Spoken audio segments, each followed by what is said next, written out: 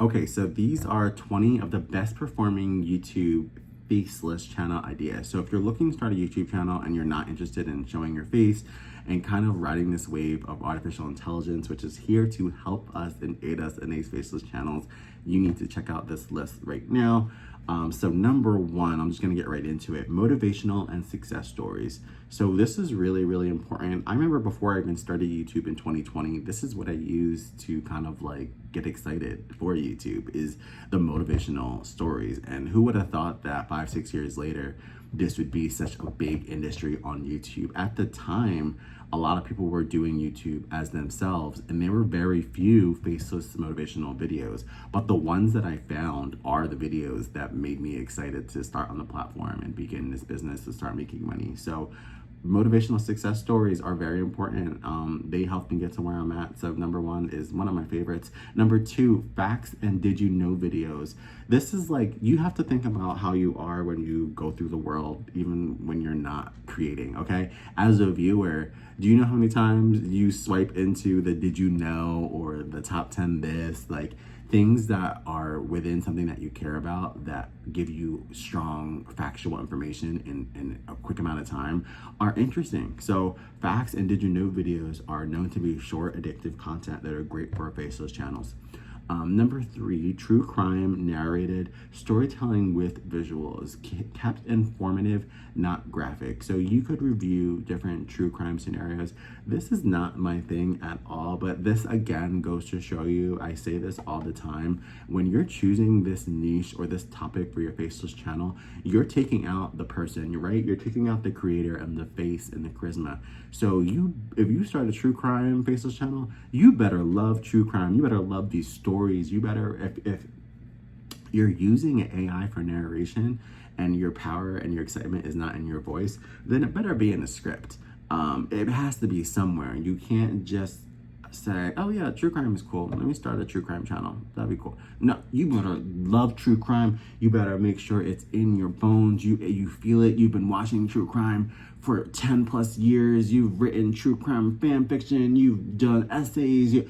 I want you to, like, before you do something, know it, love it, you know? And I only say that because the channel that I started last night for this journey to do along with you guys is so part of my heart. I'm so passionate about it. So the reason why I wake up and I do these videos every day and I know so much about it and it's easy for me to script myself is because I love it. And it's a cool niche, and I've been in love with the thought of it for so long. So and this just reminds me, like, true crime narrated, not my thing, but this is a strong niche. This is a high performing faceless niche. So if this is something that you're interested in, that's how you feel. If that's locked in, that's a moment. Like, you need to take that. That's an interest. That is a high performing channel idea. So take you, who knows the knowledge of it, take the fact that it's high performing, match those up, and that's a win-win.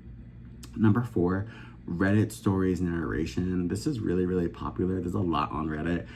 I filmed a reality show a couple years ago and I got trashed on Reddit, and on my variety channel, I've done videos where I'm reviewing Reddit comments and reviewing what people talk about on Reddit of me. So Reddit is like a really juicy, like, underground world where, like, you can find topics and you get, like, the real answers. So it's interesting to kind of narrate and go through what you see on Reddit because it's very unfiltered. So it's always a good thing to do. Almost same thing with, like, Omegle. Like, there are people who do, well, that's with their face in it, but there are people who do Omegle, like, meetups with people and film it and then post that, and they do great.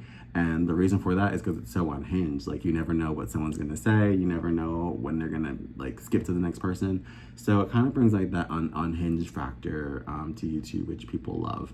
Number five, relaxing music, lo-fi, and sleep sounds. I run 8 channels right now. This might be my 9th because this is, again, like, I love it. This is what I spend my time listening to and using while I'm working. I love a good study channel. I love a good lo-fi channel, and I do have interest in producing music, and I've been working on Logic Pro and creating music, and I have been doing that for years. I created music for my drag persona when I was creating and doing live drag, and I have 5 or 6 singles on Spotify through her, and I've been reviewing and doing music as my main persona, Nigel, as well. So knowing that I know music and production and YouTube, the idea of me doing a relaxing channel or a lo-fi channel is next for me. So again, I'm taking what I know and what I've studied and what I've watched on YouTube, and I'm considering making it my business because I know it, if that makes sense. So those are evergreen views. Those lo-fi, those sleep sounds, people are playing them while they're sleeping, and there are ads on there. So if you are interested in making money while people are sleeping, you need to get into this niche, because this isn't even like informative, knowledgeable content that you have to like put your heart and soul into and script and detail and this and that. This is literally like slow lo-fi. You can put like the night sky, some crickets chirping, and just make it an hour video, and that's it. But love it if that love it if that makes sense, which I do, which is why I'm thinking about doing that next, making that my next channel. AI storytelling or short fiction. This is one of, out of my 8 channels, this is one that I have, and this is actually one of the first faceless channels that I made, was the storytelling. I love it because essentially there's a lot of options for it. You can create a story through ChatGPT, and then you can perform it with your voice and match it with visuals. Or you can go full AI, create it through ChatGPT, and add a artificial intelligence voice from like 11 Labs. I loved what I love about AI and these things that are here to help us is that you can use them as a crutch, or you can use them as like an entire boat. And I have been really big on mixing the two together. Like, I have a strong idea for a story, a faceless story for YouTube, and I will put that into ChatGPT and have it write it out.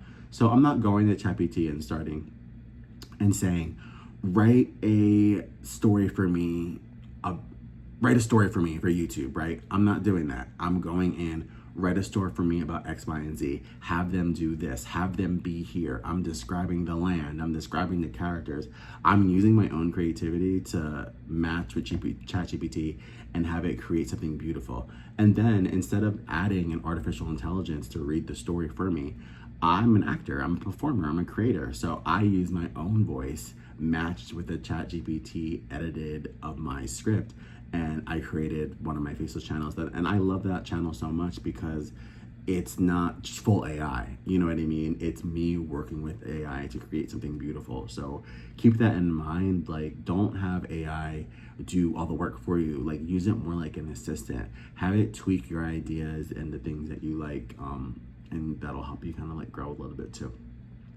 Top 10 list channels. So again, like those things that are really, really fast that you see when you're going through like a news feed and that grab your attention. Think about those things while you're trying to create as a creator. Like, what takes people's attention away? Like, top 10 is a great way. Keep it within the niche though. So if you're running a channel about, we'll go back to the gardening niche. If you're running a channel about gardening, you can have top 10 gardening tips as shorts, or top 10 gardening tips as long form videos. But don't have a gardening niche and a gardening channel and then have my top 10 favorite video games. It's not gonna work. So just a little thought there. History explained simply, timeless and educational.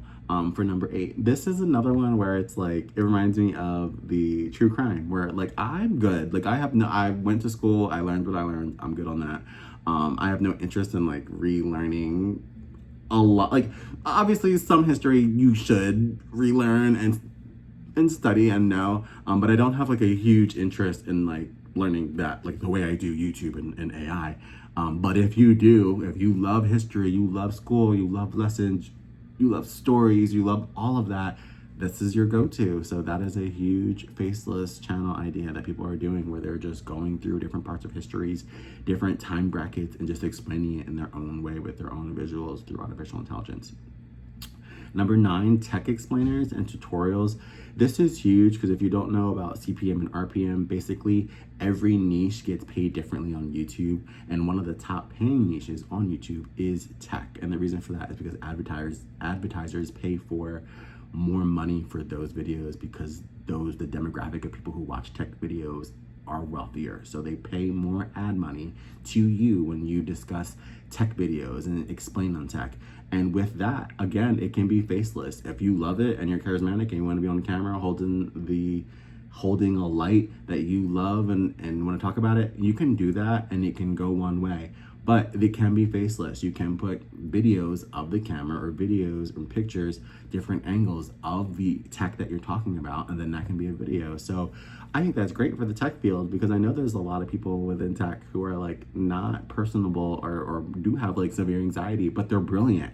They know the ins and outs of every camera, every light, every this, every that, but you never catch them on camera discussing it because that's not their thing. But now with faceless automation, you have this opportunity for those people to kind of like come to the forefront. And we can now learn from some of the smartest people in tech who are afraid to be on camera because now you don't have to be on camera. You can just show the camera and show your voice and you can just tell us what you know and you can make money doing it. So get into that if you're a tech explainer and you want to make tutorials because that is one of the highest CPMs on YouTube. I always said like, if I knew it, I would do it. That's one of those where like, I don't know it, it's not my thing, but if I did, and who knows, maybe I'll take the time to learn some tech or something because it is so high paying on YouTube. So if you know about it, talk about it.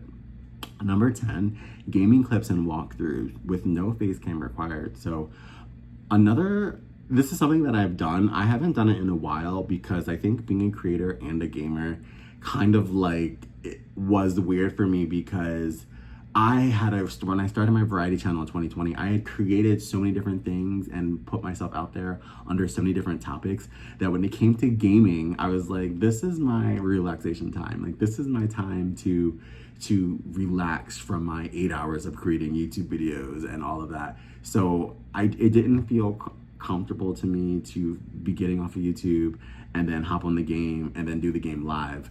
That is my special time. However, I think I want to get out of that. It is a monetizable thing that people are interested in, and I love video games again because I have a passion for it, because I do it daily. It might be something I need to think about implementing into like my YouTube strategy and having another channel for that possibly.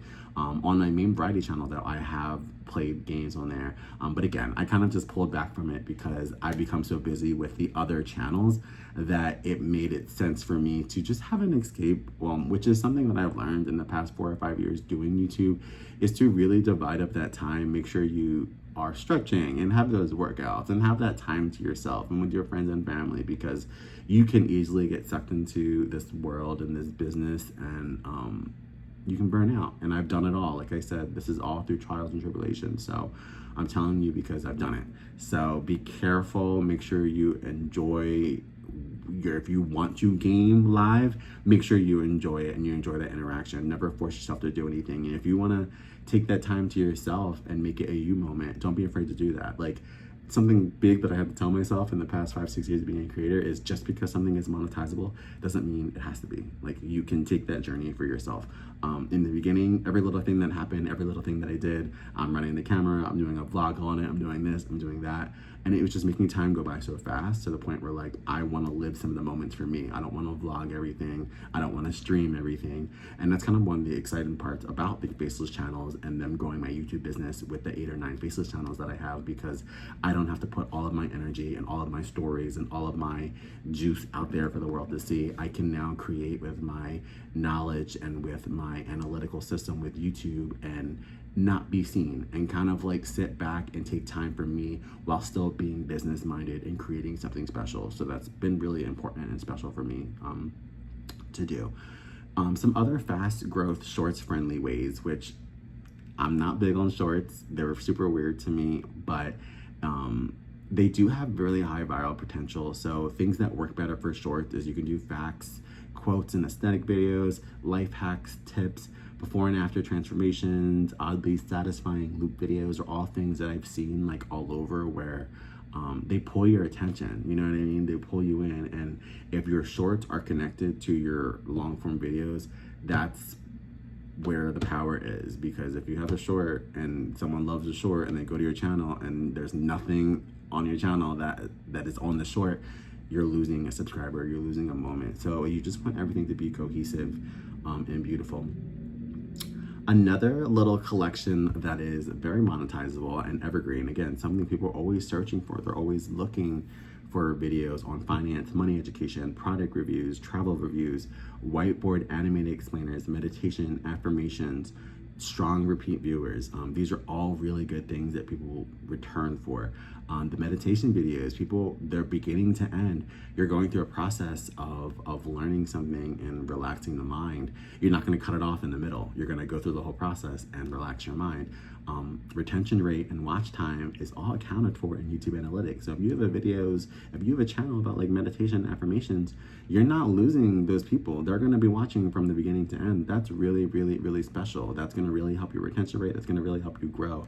So be knowledgeable and realize that some of these choices that you pick just have money attached to them, because if you have something about entertainment and you're giving an opinion on a vlog or something, someone can cut you off at any point, right? They might not watch the whole video. You don't get all the money for the video. They might not, it just make you look bad, make analytics look bad, them cutting you off, them not watching, them clicking out of it. Some of these topics here for Faceless are not click outable. Like, these are things that if I'm watching a video on money education, on how to make money on a certain thing, I'm finna watch the video from beginning to end because I'm trying to learn how to make that money. Same thing with the meditation. If I'm stressed and I'm doing a meditation video, I'm watching the whole 10 minutes. I want to make sure I've released my mind. I sat down with my legs crossed in yoga for a reason. I want to have the full experience. So certain things are strong repeat viewers from good to end. So keep that in mind, because it's success that's like embedded and locked into it. Like, these are niches and channels and video ideas that people need, and they need from beginning to end. So that's a locked in win-win. So a couple other things to remember with the best performing Faceless channels: make sure you combine the strong hooks, simple visuals, clear storytelling, consistent uploads, and yeah, make sure you love it. At the end of the day, I always say, like, you can research all you want, find the highest paying Faceless channel and copy it. But if you don't love that information, you're gonna burn out. You gotta love this, because we're talking week after week, upload after upload.